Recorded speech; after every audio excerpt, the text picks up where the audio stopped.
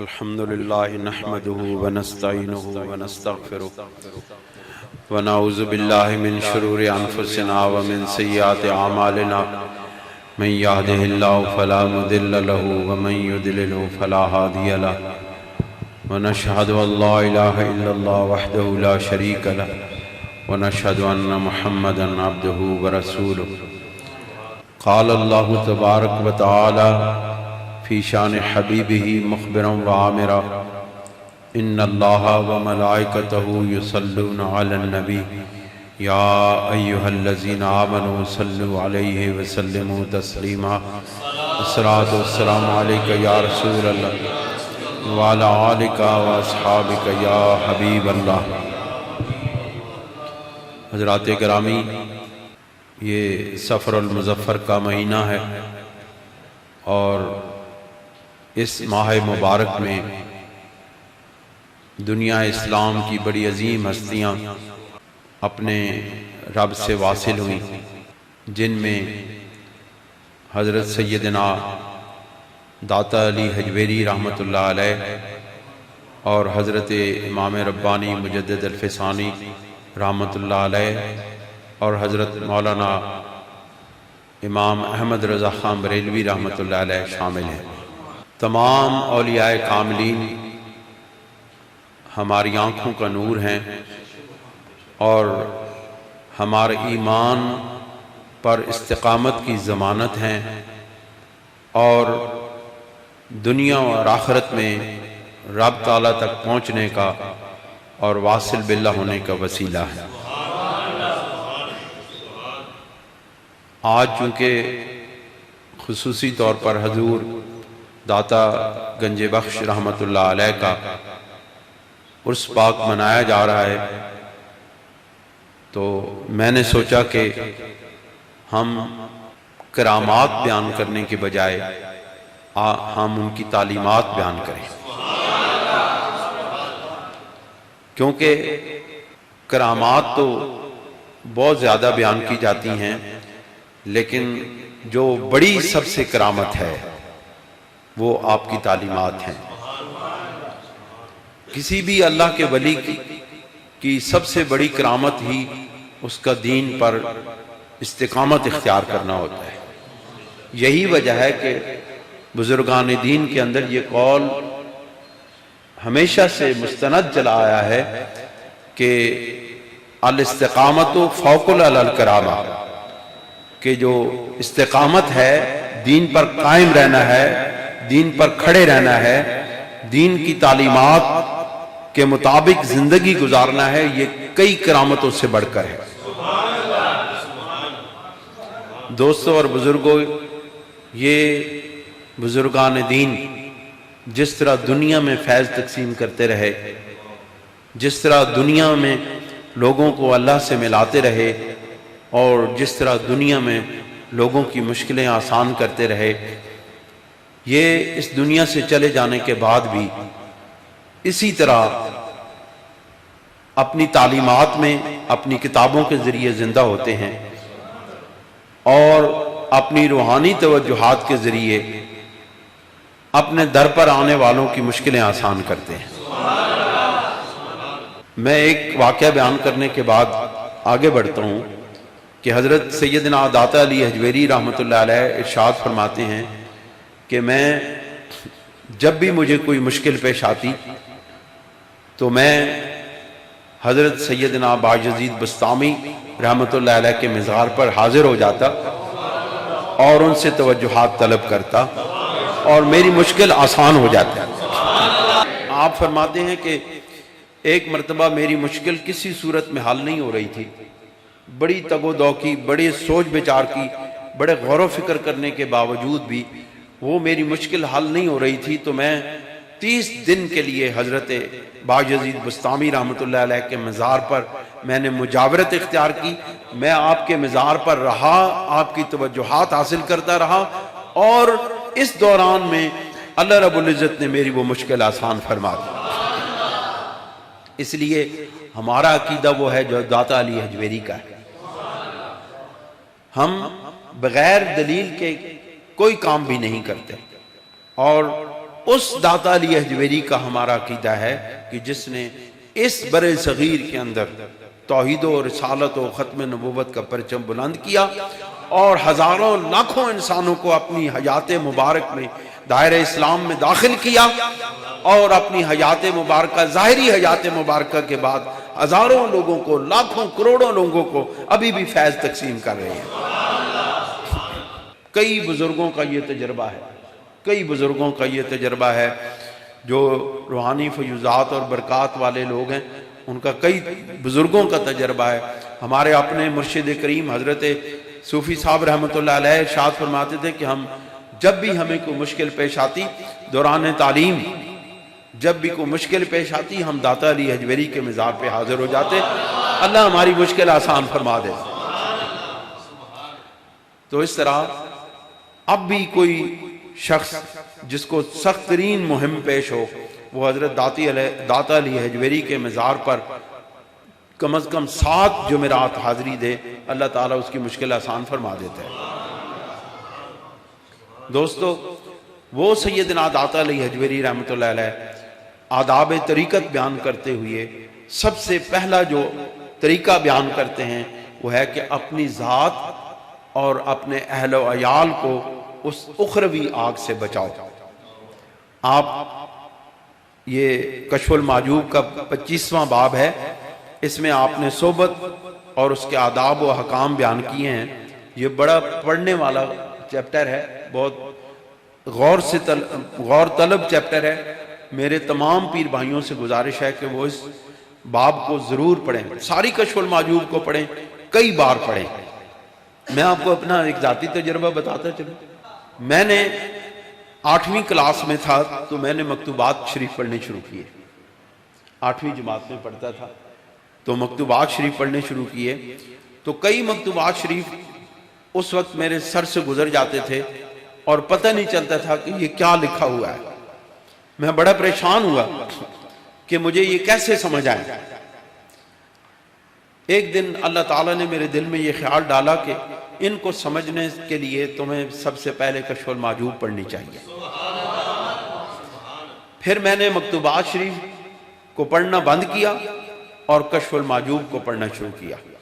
آپ یقین جانیے کہ جب میں اس کتاب کو پڑھ چکا، لفظ بلفظ پڑھ چکا، اس کے بعد اللہ رب العزت نے میرے لیے مکتوبات شریف پڑھنے آسان کر دیے۔ یہ بھی داتا صاحب کی کرامت ہے۔ میں آپ سے بھی یہی کہوں گا کہ جو لوگ مکتوبات شریف کو پڑھنا چاہتے ہیں ان کو چاہیے کہ پہلے کشف المحجوب کو پڑھیں، کیونکہ یہ کشف المحجوب تصوف کے وہ نکات اور تصوف کے وہ رموز کھول کے بیان کرتی ہے۔ اس کا نام ہی کشف المحجوب ہے کہ حجابات کو کھولنے والی کتاب، چھپی ہوئی چیزوں کو پردہ اخفاء سے باہر لانے والی کتاب۔ اس لیے جو کوئی شخص تصوف کے رموز و اوقاف اور اس کے اسرار و رموز کو پڑھنا چاہتا ہے، سیکھنا چاہتا ہے، سمجھنا چاہتا ہے، اس کے لیے ضروری ہے کہ وہ پہلے کشف المحجوب کو پڑھے۔ یہ داتا صاحب کی کرامت ہے۔ لوگوں اور کرامتیں تلاش کرتے ہو تو سب سے بڑی کرامت تمہارے ہاتھ میں ہے، کم از کم اس کو ایک مرتبہ ضرور زندگی میں پڑھ کے دیکھو، آپ کی زندگی کرامتوں سے بھر جائے گی۔ داتا صاحب ارشاد فرماتے ہیں، اللہ تعالیٰ نے فرمایا یا ایھا الذین آمنوا قوا انفسکم واہلیکم نارا، اے لوگو اپنے آپ کو اور اپنے اہل و عیال کو جہنم کی آگ سے بچاؤ۔ یہ داتا صاحب فرما رہے ہیں قرآن مجید کی آیت کا استدلال کرتے ہوئے۔ آپ ارشاد فرماتے ہیں کہ سب سے پہلی ہماری ذمہ داری یہ ہے کہ ہم اپنے آپ کو ایسے کام کریں، ایسے کام کریں کہ ہم اپنے آپ کو جہنم کی آگ سے بچا سکیں۔ اور دوسری ذمہ داری ہے وَأَهْلِكُمْ، اور تمہارے اہل و عیال بھی تمہاری ذمہ داری میں آتے ہیں کہ ان کو بھی جہنم کی آگ سے بچاؤ۔ لہذا تمام صاحبان عقل و فہم پر یہ لازم ہے کہ وہ خود بھی دین اسلام اور شریعت مصطفیٰ صلی اللہ علیہ وسلم کے مطابق عمل کریں اور اپنے اولاد کو بھی دین مصطفیٰ پر چلنے کی تلقین اور تربیت کریں، تاکہ تمہاری نسلیں اسلام کے مطابق زندگی گزارنے کے بعد اللہ رب العزت کی بارگاہ میں جب پیش ہوں تو تمہاری بھی سفارش کریں اور تمہارے بھی آخرت میں کامیابی کا ذریعہ بن جائیں اور خود بھی کامیاب ہو جائیں۔ آپ پھر ارشاد فرماتے ہیں، اس کی تفسیر کرتے ہوئے ارشاد فرماتے ہیں، یا ایھا الذین آمنوا قوا انفسکم واہلیکم نارا، اے ادبوہم، یعنی اس کا یہ مطلب ہے اپنے آپ کو اور اپنی اولاد کو جہنم کی آگ سے بچانے کا مطلب یہ ہے کہ اے ادبوہم، یعنی ان کو ادب سکھاؤ، آداب زندگی سکھاؤ، رہنا کس طرح ہے، معاشرے کے اندر کس طرح عمل کرنا ہے، اپنے اڑوس پڑوس کے ساتھ کیا سلوک کرنا ہے، اپنے بھائیوں کے ساتھ کس طرح سلوک کرنا ہے، یہ تمام باتیں اسی آداب میں شامل ہوتی ہیں۔ پھر آپ نے رسول اللہ صلی اللہ علیہ وسلم کا ایک ارشاد بیان فرماتے ہوئے کہا کہ سرور دو عالم صلی اللہ علیہ وسلم نے ارشاد فرمایا، حسن الادب من الایمان، کہ جو حسن ادب ہے وہ ایمان کا حصہ ہے۔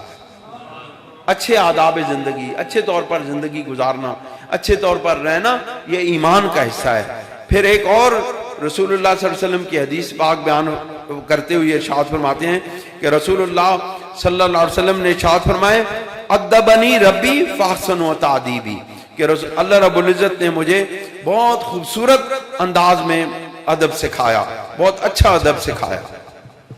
دوستو اور بزرگوں، حضرت داتا علی حجویری ارشاد فرماتے ہیں کہ دین و دنیا کے تمام امور کی شائستگی آداب سے وابستہ ہے، اور ہر قسم کے لوگوں کے مقامات کے لیے ہر مقام کے آداب جداگانہ ہیں۔ تمام انسان خواہ وہ کافر ہوں یا مسلمان، ملد ہوں یعنی لادین، یا موحد یعنی اللہ رب العزت کی توحید پر ایمان لانے والے، سنی ہوں یا مبتدع یعنی بدعتی گروہ ہوں، اہل سنت و جماعت سے ہوں یا بدعتیوں میں سے ہوں، سب کا اس پر اتفاق ہے کہ معاملات میں حسن ادب عمدہ چیز ہے۔ یعنی کہ تمام مسلمان، کافر، سنی، بدعتی گروہ، تمام لوگوں کا اس پر اتفاق ہے کہ حسن ادب بہت اعلیٰ اور عمدہ چیز ہے۔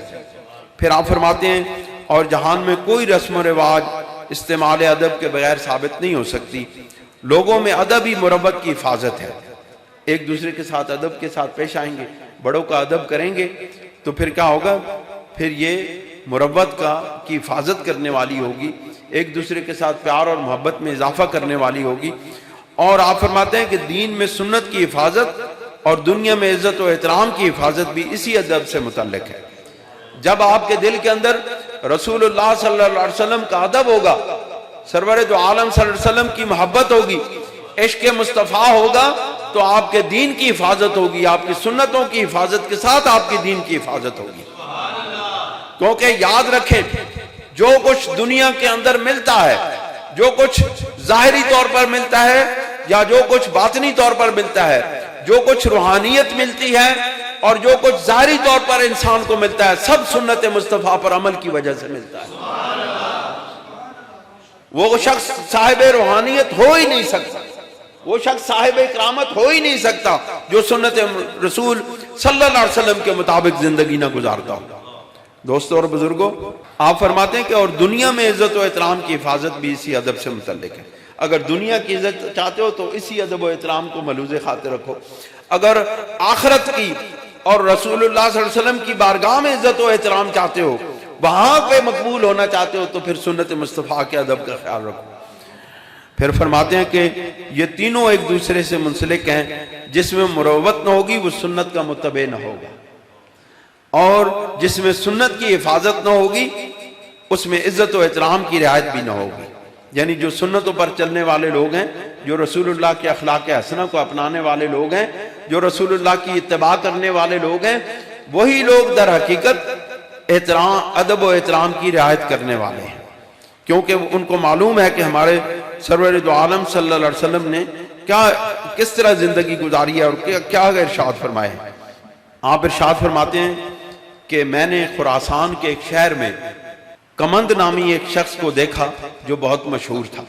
یہ جو کمند نامی شخص تھے، یہ آپ کے جو مرشد ہیں ان کے مرید تھے، یعنی آپ کے پیر بھائی ہیں۔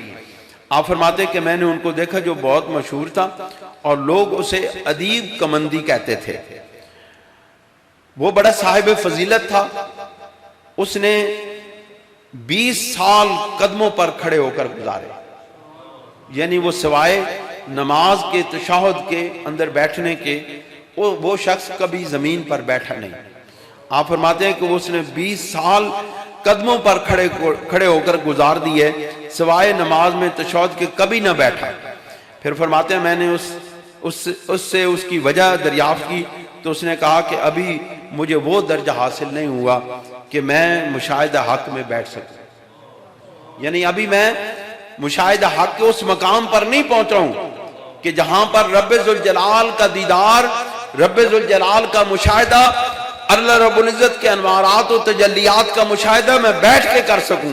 میں کھڑے ہو کر اس کے مشاہدہ جمال کرتا ہوں، میں کھڑے ہو کر اس کے انوار و تجلیات کا مشاہدہ کرتا ہوں، ابھی مجھے بیٹھ کر اللہ رب العزت کے انوارات و تجلیات کا مشاہدہ کرنے کی اجازت نہیں ملی ہے۔ دوستو آپ دیکھیں کہ ان لوگوں نے، ان بزرگوں نے اپنے رب کو پانے کے لیے کیا کیا مشقتیں نہیں اٹھائیں، کیا کیا تکلیفیں نہیں اٹھائیں، عبادت و ریاضت میں انہوں نے اپنے کمال کو پہنچا دیا، عبادت و ریاضت کے ان درجات کو جہاں پر پہنچ کر وہ اتنے اعلیٰ مقام پر پہنچے۔ حضرت بایزید بسطامی رحمۃ اللہ علیہ کا قول ارشاد فرماتے ہیں، آپ فرماتے ہیں کہ حضرت بایزید بسطامی رحمۃ اللہ علیہ سے کسی نے دریافت کیا کہ بما وجدت ما وجدت، کہ آپ نے جو کچھ پایا وہ کس وجہ سے پایا؟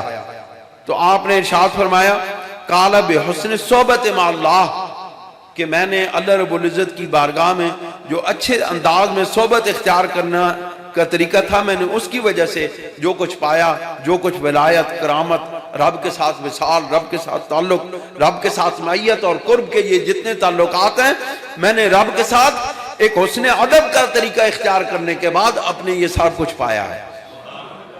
دوستو بہت ساری باتیں ہیں، لیکن میں آپ کو چند باتیں آپ کی بتاتا ہوں۔ آپ نے ارشاد فرماتے ہیں کہ اہل جہان کو چاہیے کہ اپنے معبود کے مشاہدہ میں ادب کی حفاظت کا سلیقہ زلیخا سے سیکھیں۔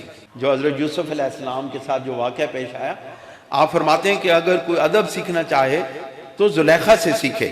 وہ کس طرح؟ آپ نے فرمایا کہ جس وقت اس نے حضرت یوسف علیہ السلام کے ساتھ خلوت و تنہائی کی اور حضرت یوسف علیہ السلام سے اپنی خواہش کی تکمیل کی درخواست کی، تو اس نے پہلے اپنے بت کے چہرے کو چیز سے ڈھانپ دیا۔ حضرت یوسف علیہ السلام نے اس سے پوچھا یہ کیا کر رہی ہو؟ اس نے کہا کہ اپنے معبود کے چہرے کو چھپا رہی ہوں تاکہ وہ بے حرمتی میں مجھے اپنے ساتھ نہ دیکھے، یعنی کہ اس کا بت تھا جس کی وہ پرستش کیا کرتی تھی۔ جس وقت وہ اس حال میں آئی تو اس نے اس بت کے اوپر ایک چادر ڈال دی، ایک پردہ ڈال دیا تاکہ مجھے اس کیفیت میں میرا یہ بت نہ دیکھے۔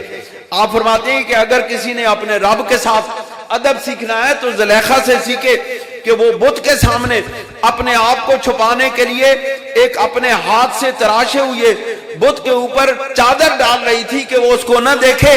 تو ہمارا رب تو ہمیں وہ دیکھنے والا ہے جو ہزاروں پردوں میں بھی ہمیں دیکھ لیتا ہے، ہم پھر گناہ کرتے ہوئے اس سے کیوں نہیں پوشیدہ ہوتے؟ اور ہم پوشیدہ ہو ہی نہیں سکتے، لہذا ہمیں چاہیے کہ ہم گناہ کریں ہی نہیں۔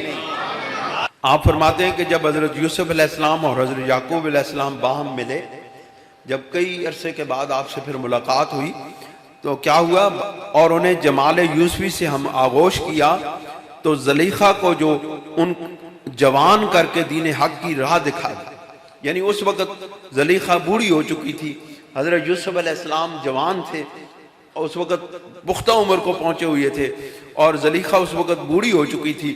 جس وقت حضرت یوسف علیہ السلام اور حضرت یعقوب علیہ السلام کی باہم ملاقات ہوئی تو پھر اس وقت زلیخا ایمان لے آئی تھی اور اس کی سچی محبت رنگ لائی تھی، اور اس سچی محبت نے اسے راہ حق دکھا دی تھی اور وہ ایمان لے آئی تھی، اور اس کی بدولت اللہ رب العزت نے اس کو جوان کر دیا تھا۔ یہ معجزہ ہے حضرت یوسف علیہ السلام کا۔ اچھا، جوان ہونے کے بعد پھر کیا ہوا؟ داتا صاحب کے ذرا قول سنیں، آپ کو مزہ آ جائے گا۔ آپ فرماتے ہیں کہ پھر کیا ہوا کہ راہ دکھائی، تب حضرت یوسف علیہ السلام کی زوجیت میں دے دیا، یعنی حضرت یوسف علیہ السلام کے ساتھ آپ کا نکاح ہو گیا حضرت زلیخا کا. آپ فرماتے ہیں جب حضرت یوسف علیہ السلام نے ان کی طرف قصد فرمایا تو زلیخا آپ سے بھاگی. پہلے یوسف علیہ السلام بھاگے تھے، اب زلیخا بھاگی. عجیب بات ہوتی ہے یہ، عشق الہی بھی بڑی عجیب بات ہے. آپ فرماتے ہیں پھر زلیخا بھاگی. فرمایا ہے زلیخا کیا میں تیرا دل ربا نہیں ہوں؟ کیا تو مجھ سے محبت نہیں کرتی ہے؟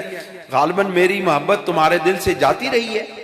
آپ نے ارشاد فرمایا حضرت یوسف علیہ السلام. زلیخا نے عرض کیا خدا کی قسم یہ بات نہیں، محبت اپنی جگہ برقرار ہے بلکہ زیادہ ہے، لیکن میں نے ہمیشہ اپنے معبود کی بارگاہ کے ادب کو ملحوظ رکھا ہے. اس دن جب کہ تمہارے درمیان خلوت ہوئی تھی اس وقت میرا معبود ایک بت تھا.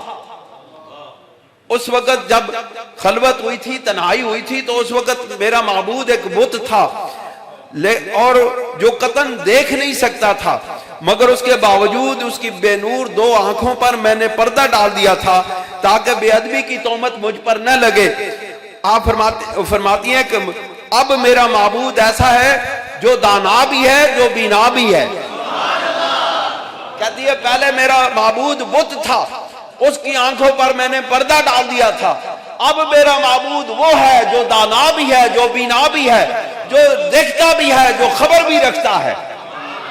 آپ فرماتی ہیں پھر کیا ہوا کہ جس کے لیے دیکھنے کا نہ حلقہ ہے نہ کوئی آلہ ہے، یعنی وہ بغیر کسی دوری کے وہ دیکھ لیتا ہے، نہ اس کے لیے قرب ہے نہ بود ہے، نہ دوری ہے نہ قرب ہے، وہ جہاں بھی ہے وہ دیکھ لیتا ہے، بندوں کو دیکھ لیتا ہے. اس کے لیے کسی آلے کی ضرورت نہیں، کسی اینک کی ضرورت نہیں، کسی دوربین کی ضرورت نہیں، کسی پردے کو ہٹانے کی ضرورت نہیں، کسی حجابات کو ختم کرنے کی ضرورت نہیں، وہ جہاں بھی ہے اپنے بندوں کو دیکھ لیتا ہے. کہتی ہیں پہلے بات اور تھی اب بات اور ہے. آپ فرماتے ہیں مگر جس حال میں ہوں وہ مجھے دیکھتا ہے، اس لیے میں نہیں چاہتی کہ اس کی بارگاہ میں ترک ادب کا الزام اب مجھ پر آ جائے. پہلے بت کا ادب کرتی تھی، اب معبود برحق کا ادب کرتی ہوں. اب پہلے میں اس کے ادب کو ملحوظ خاطر رکھتی تھی، اب میں معبود حق کے ادب کو ملحوظ خاطر رکھ رہی ہوں.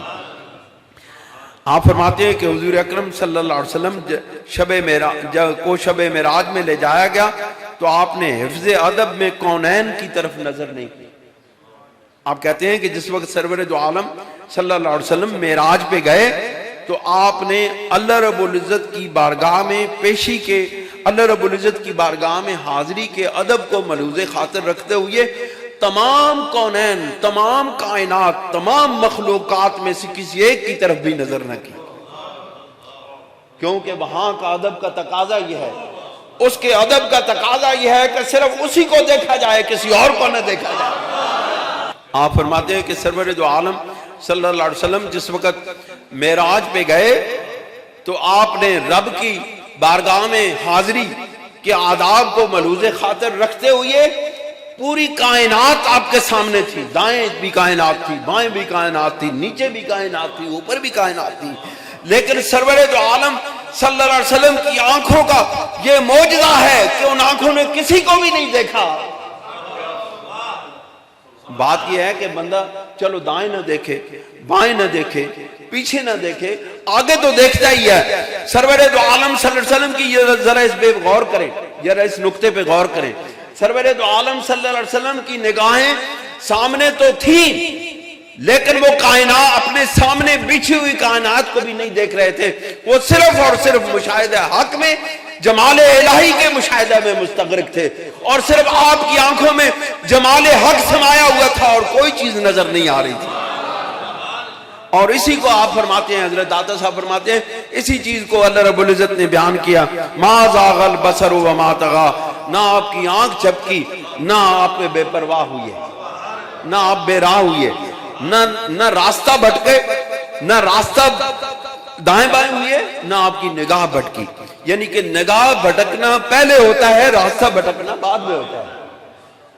اس لیے کہ نگاہ پہلے جاتی ہے، نظر پہلے جاتی ہے، قدم بعد میں جاتے ہیں.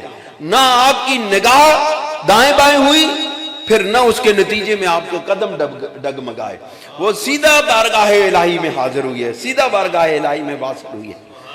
آپ فرماتے ہیں کہ اللہ رب العزت کی بارگاہ میں ادب کی دوسری قسم یہ ہے کہ معاملات میں اپنے ساتھ ہے اس طرح اس حال میں ہے کہ اپنے ساتھ مروت کو ملوز خاطر رکھے، یہاں تک کہ لوگوں کی صحبت ہو یا حق تعالی کی بارگاہ میں حاضری، جلوت ہو یا خلوت، کسی حال میں بے ادبی کا ارتکاب نہ کرے۔ یعنی جو اللہ کے بندے ہوتے ہیں وہ ہر وقت اپنے آپ کو بارگاہ الہی میں پیش سمجھتے ہیں، اور اسی کی وجہ سے وہ اپنے آپ کو تمام محرمات سے، تمام گناہوں سے، تمام ناپاکیوں سے، تمام غلاظتوں سے دور رکھتے ہیں۔ دعا ہے کہ اللہ تعالی ہمیں حضرت سیدنا داتا علی حجویری گنج بخش فیض عالم مظہر نور خدا کی بارگاہ میں سچے دل کے ساتھ باادب حاضری کی توفیق نصیب فرمائے۔ جب بھی آپ داتا صاحب کی بارگاہ میں آپ کے مزار اقدس پر حاضر ہونے لگے تو آپ جس طرف سے بھی، جس دروازے سے بھی آئیں، آپ کی نگاہ سیدھی داتا صاحب کی مزار اقدس پر ہوئی ہے،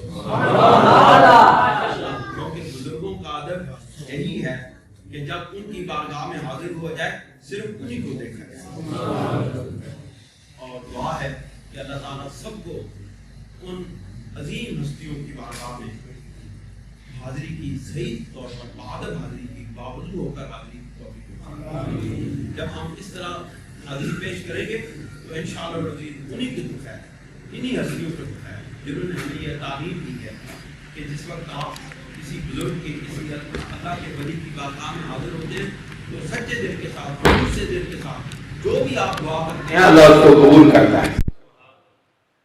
لہٰذا جب بھی آپ کو کوئی مشکل پیش آئے، آپ سیدنا داتا علی حجویری کے یا کسی اور بزرگ کے مزار پر حاضر ہو کر رب سے مانگیں، ان کو وسیلہ بنائیں۔ یاد رکھیں جو ہم پر الزام لگاتے ہیں نا ہم ولیوں سے مانگتے ہیں، ہم ولیوں سے نہیں مانگتے، ہم ولیوں کا وسیلہ مانگ کے رب سے ان کا وسیلہ مانگتے ہیں۔ وسیلہ بھی ان کا مانگتے ہیں تو رب سے مانگتے ہیں۔ ہمارا یہ عقیدہ ہے، مضبوط عقیدہ ہے انشاءاللہ۔ ہم اگر وسیلہ بھی مانگتے ہیں ان بزرگوں کا تو اللہ سے مانگتے ہیں، اور ان کے وسیلے سے پھر رب کو مانگتے ہیں، اور رب تعالی ہمارا ایمان بھی ہے، ہمارا یقین بھی ہے، ہمارا ایمان قرآن و سنت کے مطابق ہے کہ اللہ کریم ہمیں ان ولیوں کے طفیل دولت ایمان میں مضبوطی، عقیدہ اسلام میں، عقیدہ اہل سنت و جماعت میں مضبوطی عطا فرماتا ہے، اور اس کے ساتھ ہماری دنیا کی حاجتیں بھی پوری کرتا ہے۔ یاد رکھو یہ دنیا دین اسلام کے ساتھ جڑی ہوئی ہے، جو لوگ اس کو الگ سمجھتے ہیں وہ حقیقت اسلام کو نہیں سمجھتے۔ یہ دنیا ہی در حقیقت اسلام کی ہے، کیونکہ جب ہم معاملات دین اسلام کے مطابق ادا کرتے ہیں تو در حقیقت وہ ہم دین پر چل رہے ہوتے ہیں۔ اگر ہم اپنے بھائی کی محبت، اس کی خدمت کرتے ہیں، اپنے کسی اسلامی بھائی کی، کسی دوست کی، کسی اپنے والدین کی، کوئی بھی ہو، اس کے ساتھ حسن معاشرت کرتے ہیں، یہ دین ہے۔ دین کو صرف عبادتوں کا نام دیا جاتا ہے، یہ بڑی غلط سوچ ہے۔ دین صرف عبادتوں کا نام نہیں ہے، دین حسن معاملات کا نام بھی ہے، دین اس معاشرے کے اندر اچھا رہنے کا نام بھی ہے، دین اپنی بیٹیوں کی، اپنی بہنوں کی عزتوں کی حفاظت کرنے کا نام بھی ہے، دین اپنی نگاہوں کو محرمات سے بچانے کا نام بھی ہے، دین چیزوں میں ملاوٹ نہ کرنے کا نام بھی ہے، دین دودھ میں پانی نہ ملانے کا نام بھی دین ہے۔ لوگ کیا سمجھتے ہیں دین کوئی ایک محدود چیز ہے، صرف نماز پڑھ لینے سے دین حاصل نہیں ہو جاتا۔ جب تک آپ زندگی کے ہر شعبے کے اندر، اپنے تمام معاملات کے اندر دینی تعلیمات کو ملوز خاطر نہیں رکھتے، انسان کا دین کامل نہیں ہو سکتا۔ کامل دین اسی صورت میں ہے جب آپ کی عبادات بھی اللہ رب العزت کے احکامات اور رسول اللہ صلی اللہ علیہ وسلم کے احکامات کے مطابق ہوں، اور آپ کی پرائیویٹ زندگی بھی، آپ کی گھر کی زندگی بھی، آپ کے کاروبار کے معاملات بھی، آپ کے دیگر معاملات بھی، معاشرت کے، معیشت کے تمام معاملات اللہ رب العزت کی دینی تعلیمات کے مطابق، احکامات الہی اور رسول اللہ کی تعلیمات کے مطابق ہو جائیں گے، پھر ہم کہیں گے کہ ہمارا دین مکمل ہو گیا۔ اور اسی کو اللہ رب العزت کے رسول پاک صلی اللہ علیہ وسلم نے کہا تھا، الیوم اکملت لکم دینکم واتممت علیکم نعمتی وردیت لکم الاسلام دینا۔ اسی چیز کو کہا تھا کہ آج تمام معاملات، آج تمام معاشرت، آج تمام معیشت کے اصول آج مکمل ہو گئے. آج تمہاری ظاہری دنیا کی زندگی اور تمہاری دینی زندگی، تمہاری عبادات، ریاضات اور معاملات تمام دین کے مطابق ہو گئے ہیں. اب تمام احکامات نازل ہو گئے ہیں. اب تمام لوگ جب انہی احکامات کے مطابق زندگی گزاریں گے تو آپ کا دین مکمل ہو جائے گا. اللہ تعالی ہمیں عمل کی توفیق عطا فرمائے، ان بزرگوں کا فیض نصیب فرمائے، اور ان بزرگوں کے مزار پر بادب حاضری کی توفیق عطا فرمائے. ہم آپ کو کئی مرتبہ یہ عرض کر چکے ہیں کہ جب بھی کسی بھی اللہ کے ولی کے مزار پر جائیں، وہاں انوارات اور تجلیات کا نزول ہو رہا ہو، خواہ ہم نے نظر آئے یا نہ آئے. ہماری آنکھوں پہ پردے پڑے ہوئے ہیں، دنیا کے اندر گھسے ہوئے لوگ ہیں، ہماری آنکھوں پہ پردے پڑے ہوئے ہیں، لیکن اس کا یہ مطلب نہیں ہے کہ ہمیں جو چیز نظر نہیں آتی وہ ہے ہی نہیں. ہمیں تو اپنی روح بھی نظر نہیں آتی. کیا روح نہیں ہے؟ روح ہے. اس لیے تمام بزرگوں کے، تمام اللہ کے ولیوں کے مزارات پر انوارات اور تجلیات کا نزول ہو رہا ہوتا ہے. جب بھی آپ کسی بھی اللہ کے ولی کے مزار پر حاضر ہوں تو وہاں شور و غل نہ کریں، مذاق نہ کریں، کسی پر طنز نہ کریں، کسی پر غلط نگاہ نہ ڈالیں، کسی کی تحقیر نہ کریں، کسی کی بے عزتی نہ کریں، کسی کا مذاق نہ اڑائیں. ان تمام چیزوں کو ملحوظ خاطر رکھیں. اسی کے پیش نظر میں آپ کو یہی کہوں گا کہ ہم عنقریب 13 تاریخ کو بارگاہ رسالت میں آپ صلی اللہ علیہ وسلم میں حاضری کے لیے جا رہے ہیں. ہمارے ساتھ تقریباً 18-19 حضرات اور بھی ہیں. ہم تمام لوگ وہاں پر آپ لوگوں کے نمائندے بن کے جا رہے ہیں. آپ میں سے جو نہیں جا رہے ہیں ہم آپ کے نمائندے بن کے جا رہے ہیں. ہمیں ایک ایک بندہ یاد ہوگا. وہاں پر ہم تمام لوگوں کو اپنی دعاؤں میں یاد رکھیں گے، اور واپس آئیں گے تو پھر ہمارا بابا جی صاحب خواجہ خواجگان سید نور محمد چرائی رحمۃ اللہ علیہ کا عرس مبارک قریب آ چکا ہوگا. تو 15-16 اکتوبر کو عرس مبارک ہے چورا شریف میں، اتوار سمار. تو انشاءاللہ العزیز آپ وہاں پر حاضر ہوں گے. وہاں پر بھی حاضر ہوں تو میری گزارش یہ ہے کہ وہاں بھی بادب حاضر ہوں. ہم نے تو ہمیشہ یہی تعلیم دی ہے کہ بابا جی صاحب کے مزار پر جائیں. دیگر بزرگوں کے، بابا جی صاحب کی ساری اولاد اللہ کے ولیوں سے بھری ہوئی ہے، اور تمام اولیاء کاملین وہاں پر آرام فرمائے. ایک ایک قبر مبارک انوار و تجلیات کا مظہر و مرکز ہے. آپ تمام مزارات پر حاضر ہوں، لیکن کوئی شور و غل نہ کریں، کوئی کسی پر آواز نہ کسے، کوئی کسی کو تکلیف نہ دے. اپنی چادر اتار کے جس دن آپ اس قابل ہو گئے نا بابا جی صاحب کے مزار پر حاضر ہو کے ان کے بارگاہ میں حاضر ہونے کے بعد، جس دن آپ اس قابل ہو گئے کہ آپ نے اپنی چادر اتار کے اپنے بھائی کے اوپر دے دی، آپ سمجھیں آپ اللہ کے ولیوں کے فیض یافتہ ہو گئے. اللہ تعالی ہمیں عمل کی توفیق عطا فرمائے. اور جناب صابر صاحب، ان کے بھائیوں نے اور ان کے دوست احباب نے اور دیگر احباب نے جنہوں نے یہ خوبصورت عرس مبارک کی محفل سجائی ہے، یہ باادب محفل سجائی ہے، اللہ کریم ان کو کاروبار میں، ان کی عزتوں میں اضافے فرمائے، ان کو ترقیاں عطا فرمائے، ان کی اولاد نیک بنائے، ان کی اولادوں کی خوشیاں ان کو عطا فرمائے. آپ تمام حضرات جو یہاں پہ بیٹھے ہیں سب کو اللہ تعالیٰ فیوزات اور برکات عطا فرمائے، اولیاء کا فیضان نصیب فرمائے، آپ کے سینوں کو روشن اور منور فرمائے. وآخر دعوانا ان الحمدللہ رب العالمین.